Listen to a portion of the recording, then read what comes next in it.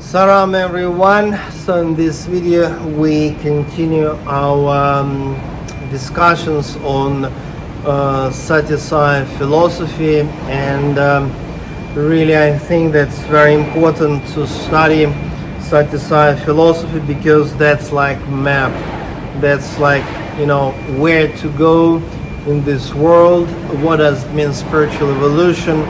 And really sometimes people just worship to Sathya Sai. That's okay, I'm not going to deny it, but if you worship and at the same time learn, study his philosophy, then you can understand actually what's it all about.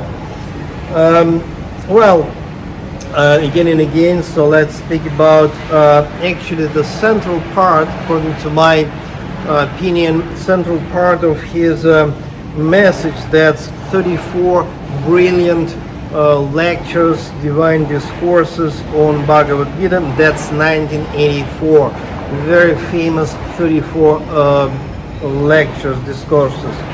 And in one of them chapters we can see very interesting teaching, very practical one actually. Okay, the self, in Sanskrit Swami tells it like Atma. Atma means absolute consciousness, soul. Okay, the self in man, oh yeah, that's what. The self in man and God are one and the same. Can you imagine that consciousness of God and consciousness of man is actually, well, one and the same? We are always in oneness with God. In our consciousness, actually divine consciousness. Just because of ignorance, we think that we are limited, that we are insignificant. Our ignorance starts with this wrong idea. And then very, really wonderful practical advice given by Swami. So that's another quote. Okay.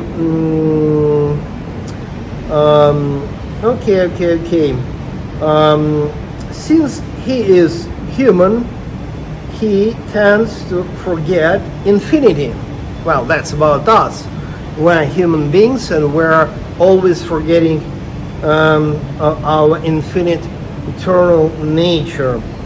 And then I continue to quote Swami: experiences only human nature, keeps his individual goal in mind. So actually when we keep in our mind only personal goals, benefits, that's itself limiting us to the human reality. And then wonderful next idea: if he, I mean the man, any human being, is to experience infinity, divinity, he has to contemplate and concentrate and keep in mind divinity in humanity. So let's pay attention to this wonderful idea.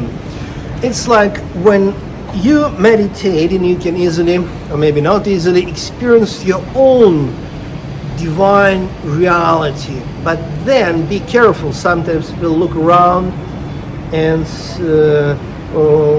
see other people and say, no, I'm divine, but other people may be ignorant, bad people, not divine. So, and that's the trick. That's ignorance and ego, by the way. And Swami tells us, the moment you are able to see divine nature of all human beings, divinity in humanity. Yeah, that's Swami's quote. Then you can experience your own divine nature. Just think about it. Some people appreciate you, helps you, like all the things like you, and you in return also appreciate and like them.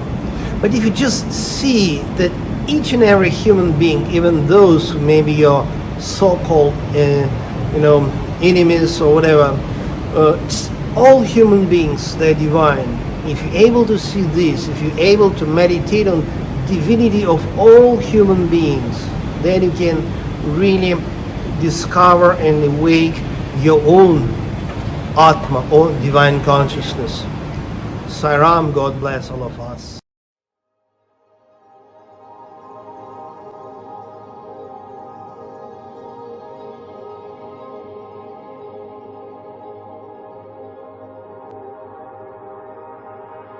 Om Bhurбhuvassuham Tatsaviturvarenyam Bhargo Devasya Dhimahi Dhiyo Yonah Prachodayandam